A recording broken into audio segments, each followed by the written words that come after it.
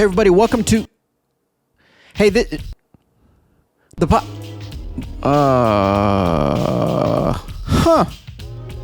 do I say now? Hey guys, real quick, do me a favor, make sure you hit that thumbs up on this video.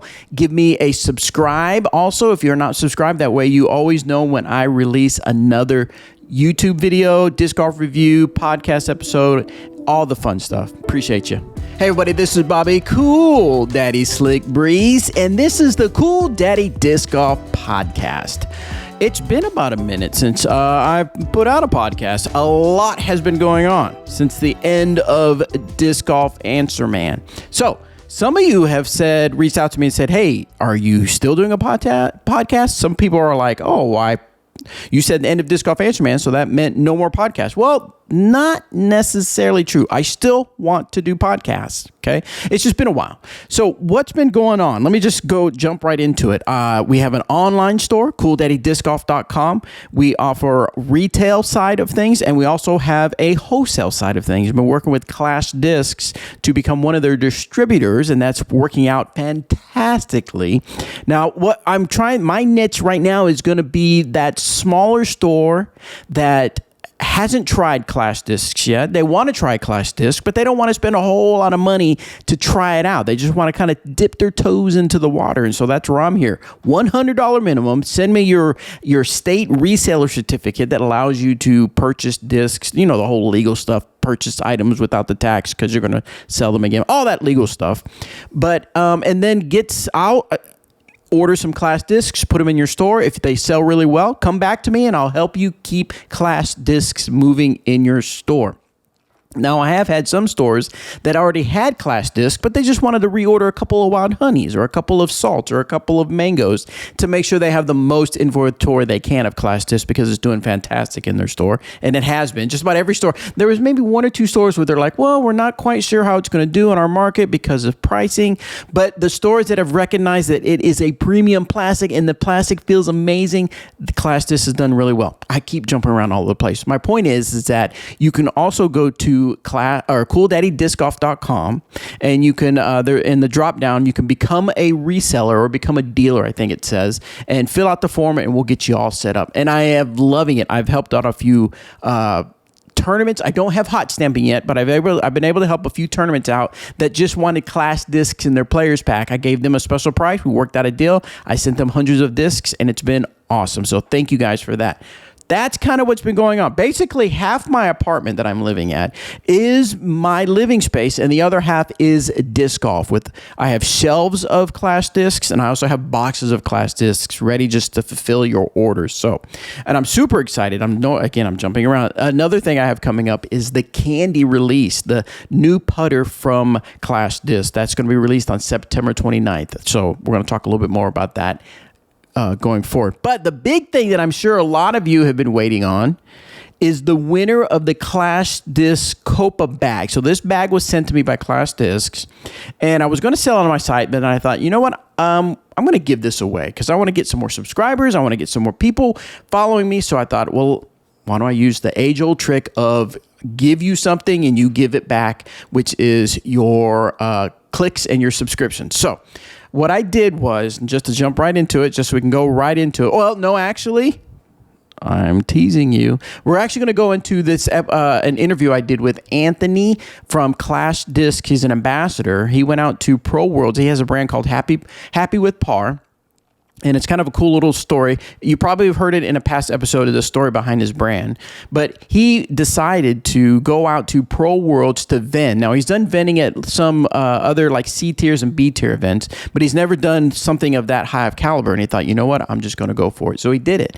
And we talk about some of the hoops he had to jump through, some of the challenges and some of how he overcame those challenges, some of the things he noticed about what people shop for, some of the quote unquote fanboying he did, meeting some of the top pros out there. So just had a really good conversation with him. So we're going to go into that interview, and then after that, we're going to give away the Clash Discs bag. So here's the interview with Anthony. So we got Anthony, Mr. Happy with Par, on the episode. He just made a trip to Pro Worlds.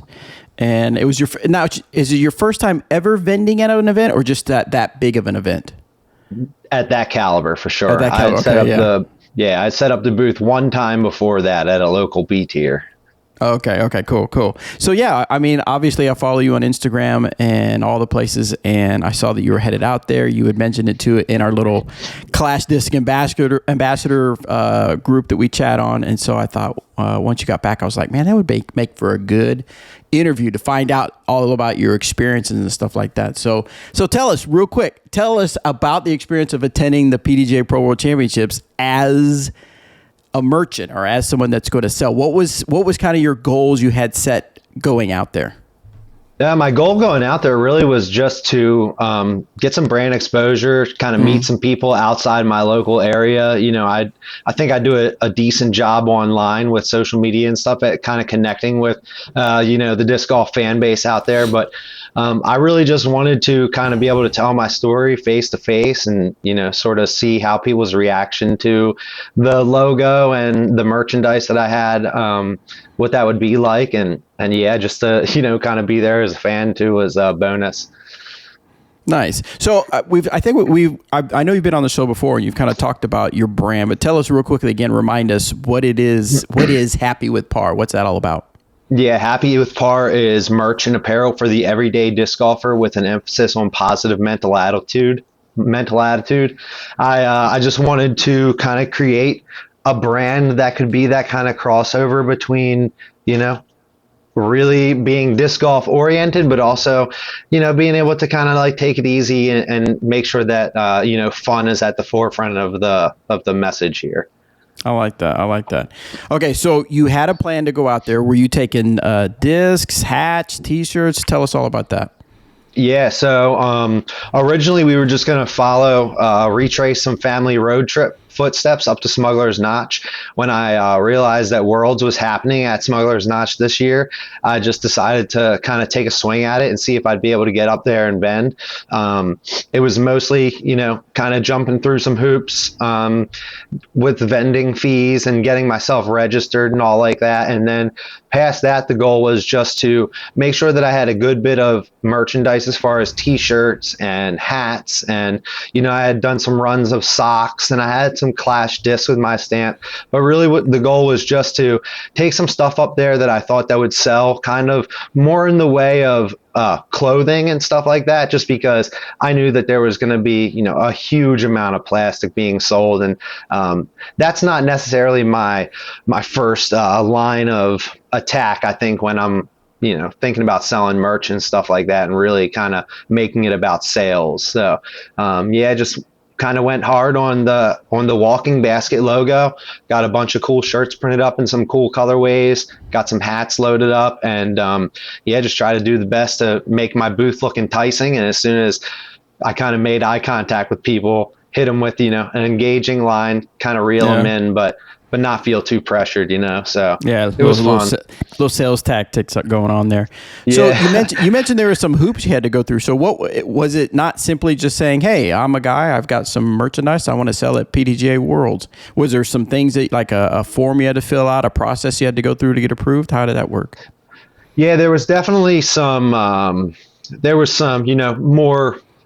I'm trying to think of like the exact way to put it, but I had to like supply employer identification number, just some kind of stuff like that to establish that I was a legitimate business. Yeah. I had to provide, some insurance for the event just in case anything were to go down and my tent collapse on top of somebody, just some sort of, things that definitely made me realize, this is a pretty serious endeavor. I'm trying to be taken seriously as a brand. So, have to kind of, take the steps to make your brand serious. And sure. Some of those things are the professional behind the scenes, like insurance and I guess, making sure that all the vendors are.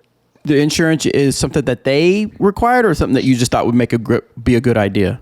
It's something that's actually required by the Disc Golf Pro Tour. Yeah. So that's good to know. I'm sure they probably have their own sort of like umbrella insurance set up, but I think each vendor has to provide sort of like their certificate of liability insurance just in case. That makes sense. Now, were you able to select, was there different levels as far as like having a small tent to a big tent or whatever, or was it pretty much cookie cutter?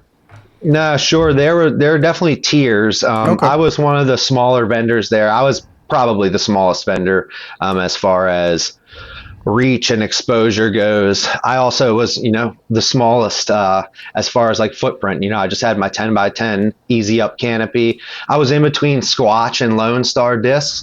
Squatch was kind of there, just I think advertising some display models of their bags and stuff. Mm. And they were a pretty big partner of the Disc Golf Pro Tour and Worlds. They put out an exclusive bag for them, so they had a lot of foot traffic kind of coming up. And then next to me was Lone Star Discs, who was also a pretty Oh, nice. huge sponsor of the event, and they had a setup 2.5 times my size, and just tons of discs. And they all had real cool sublimated custom canopies, and I just Mm. sort of had my my little khaki colored easy up that I bought off of Facebook Marketplace, and had a buddy of mine help me out with a banner. So I definitely had imposter syndrome when I kind of first showed up next to the big names, but yeah, after kind of just connecting with a couple people, it just quickly started to resonate with me that the people that are there kind of have the same mindset that I do.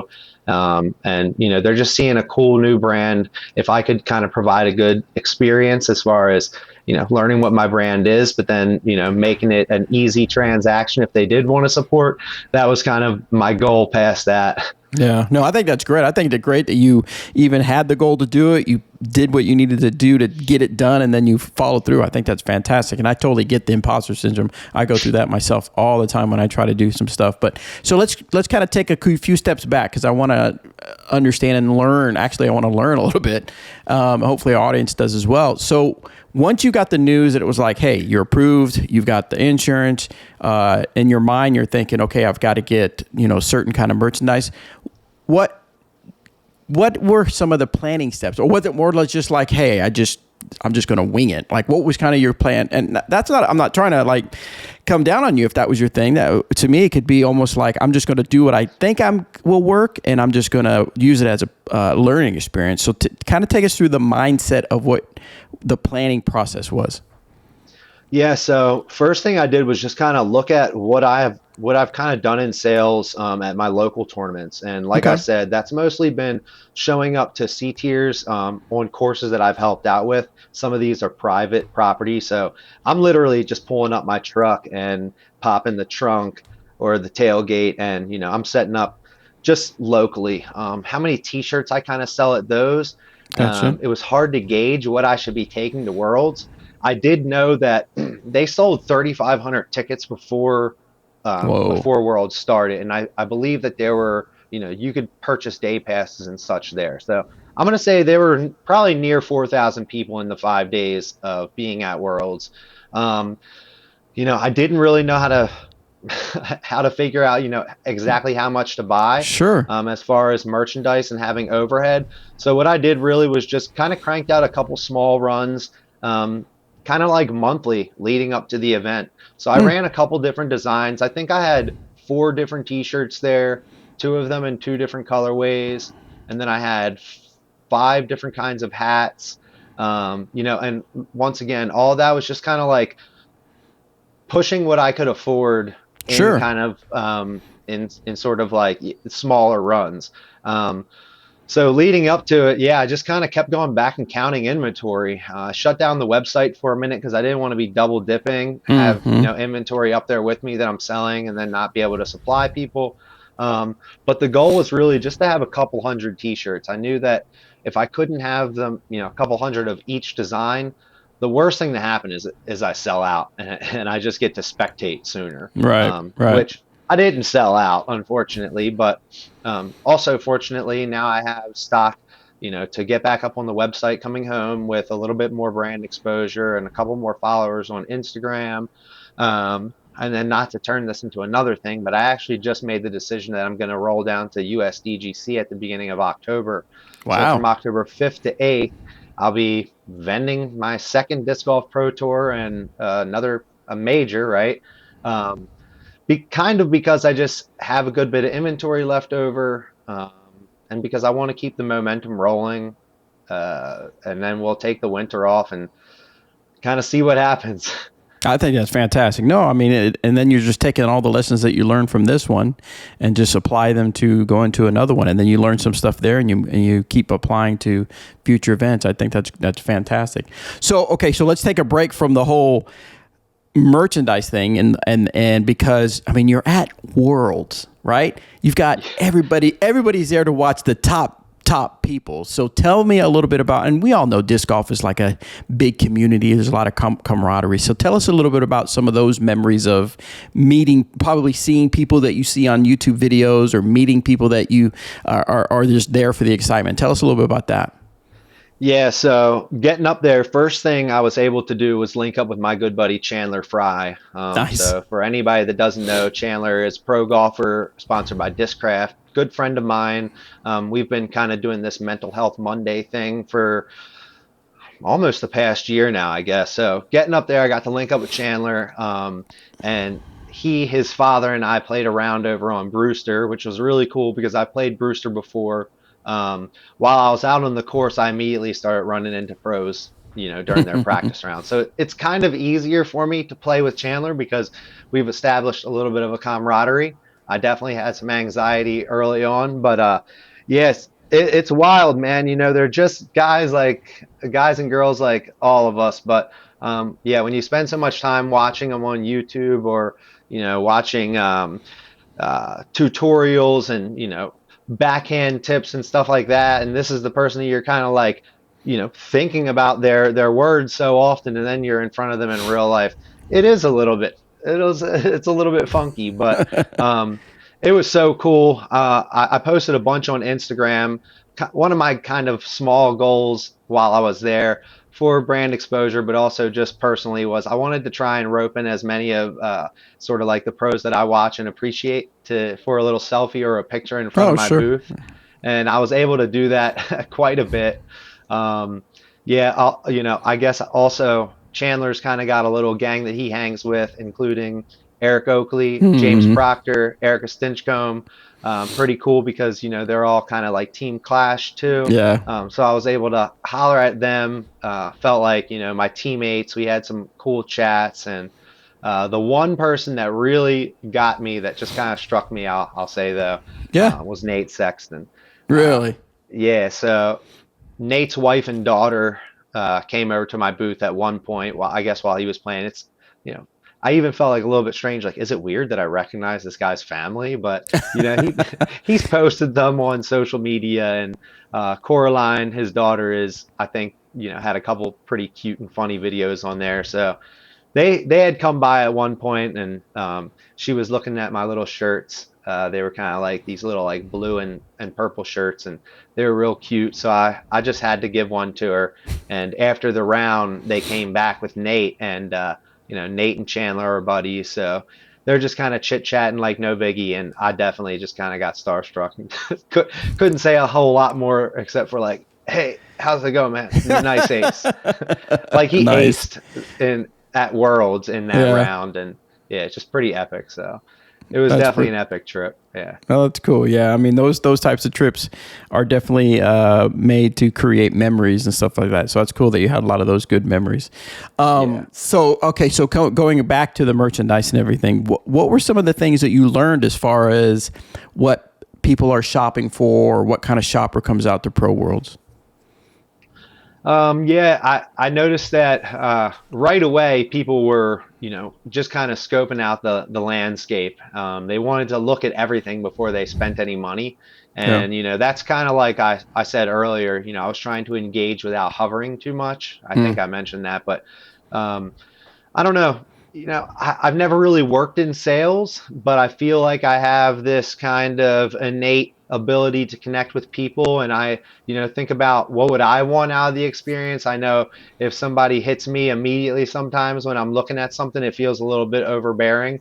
So I kind of just try to, say hello, let everybody know that I'm going to be here all week. If you see something that you like, come back.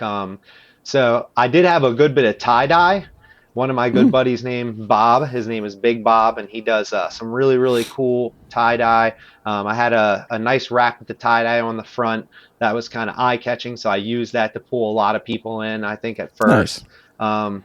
But yeah, for me specifically, I think I gotta take it back to the mention of like the merchandise, or rather the apparel more than the merchandise, like discs and stuff like that. Mm-hmm.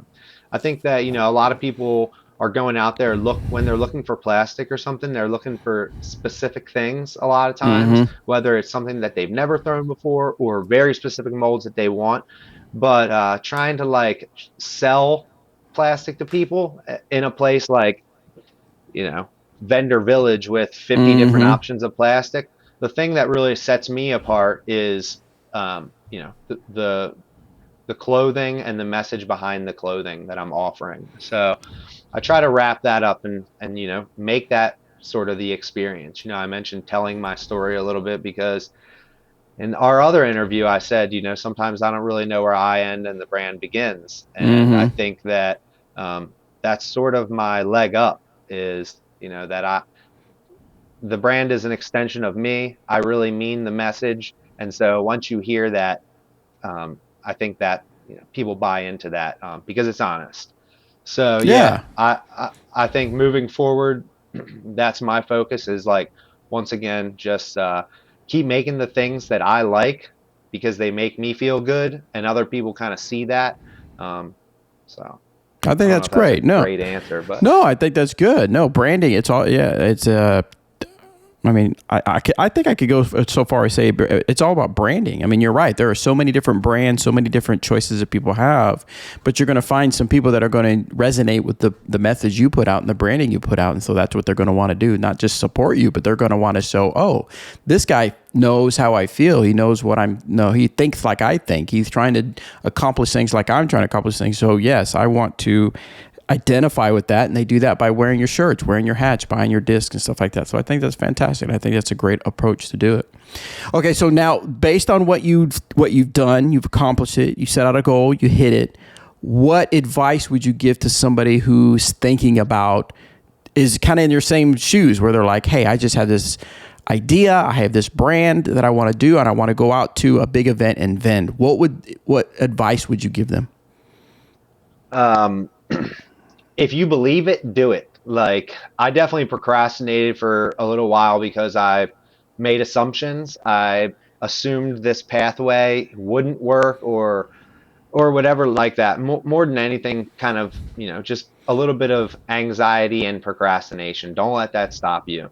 Um, Flip side of that, I said if you believe it, because I think that people can pick up on what's authentic, and Mm-hmm. if you have something authentic there that you truly believe in, go for it. I talking about expectations a lot too. Like, I had, I was, trying to figure out like what are my expectations for this. It's kind of hard to gauge where I think I should land at the end of it because I've never done it before. Well, like, you got to do it to figure it out. So, Mm-hmm. I sort of had my expectations, but I was, reevaluating as I was going through, making sure that I was just kind of riding the wave, having fun. Once again, it's worlds, so pretty huge step from what I had done before. And then also, with my interest, I didn't want to. With my interest in disc golf, I didn't want to get too caught up in thinking about the business side of it, and take away or stress me in that moment. So that's, the advice that I would give to anybody that's maybe thinking about it right now. Make sure that whatever you're selling, you really genuinely believe in it. And if you do, and you have good intentions moving forward, and it's not just trying to make a quick buck, people will see that. People will, certain people will resonate with it, and that's what matters. Making sure that you're doing something that is good for you, that you believe in, and feel good about. And I think the connection with people and building the brand comes after that.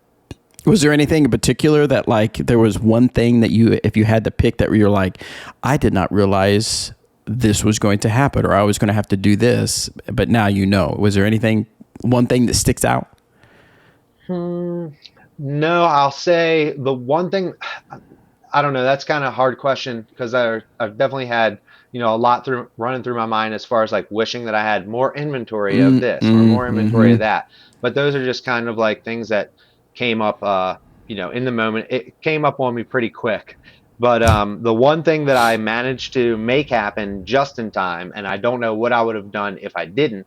Yeah. I know what I would have done. I would have relied on Venmo. But having a little square, getting a hold of that credit card option Yeah.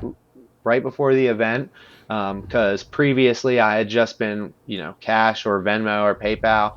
Um, you know, they everybody wants to get their little chunk, and running it through like a square, they're also still taking a little percentage, but it's a Yeah. whole heck of a lot easier. Also, you never know where you will and won't have service. So there's one that kind of just comes to mind. Gotcha. At Tournament Central, one of these big events, you got 3,000 people on their cell phones, and you got the Disc Golf Network trying to stream live. Service gets pretty sketchy, so you Oh, I don't want bet. to rely on something like that. So that was the lesson that I learned. Okay. So the square thing, if I remember using it before, but so it can still be used even if there isn't reception. I'm assuming it just logs everything, and then once it has reception, it pushes it out there. Yeah, I was able to connect it to my Bluetooth and never had any issues with that.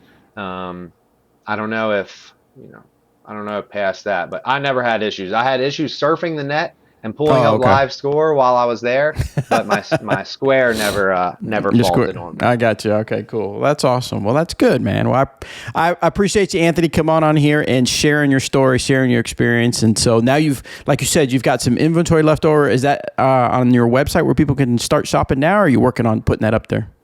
I'm working on getting the website updated, so I think I've got a couple patches that are showing available right now, but I do have more. I'm going to be getting that up within the next couple days, and then Awesome. yeah, And that's .com. happywithpar.dg.com? DG.com or Happy just with happy with? just happywithpar.com. All right. I'll put a little link in the description so people can go out there and check it out. Cool. And then, of course, we'll get to see you at USDGC, sounds like. So that's awesome, dude.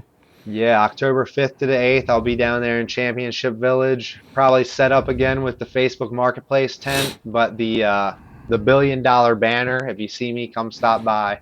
Nice. I love it. All right. Thanks again, Anthony. I appreciate it. Cool. All right, Bobby. Later. Good times with Anthony. Such a great story he's got going on trying to build his business in disc golf, and such a great story, such a great message that he's putting out there about, just being mindful of your mental health. I think it's awesome, and I wish him all the luck. So we're going to slow things down. I know at the beginning I was going pretty fast as far as my talk, but we're going to slow things down a little bit and go ahead and give away the Clash Disc bag, because I'm sure that's what you guys have been waiting for. In fact, I bet you some of you probably scrubbed through the interview just to hear the winner. Scrub back, go listen to the interview. Well, I guess after I give the announcement of the winner. I hope you still stay subscribed to my channel. Even if you don't win the bag, because I've got a fudge. It should be out in the next couple of days. Once this is put out, I have a fudge review, disc review that's going to be put out on my YouTube channel. And then I'm going to, of course, do the candy. And then I've got a few other Clash discs that I need to get out once Oklahoma decides not to have 105 degrees out there. I'll get out there and do some more disc reviews. So what I did was, this was for my YouTube subscribers. Hopefully you heard about this. Now, if you were already a YouTube subscriber, even before this was going down, you were entered into it as long as you were a subscriber. But what I did was, I went onto my YouTube channel, into my studio, where it's kind of the back end of my channel. I had it display the list of subscribers, and it looked like it would show me, it would display 50 at a time.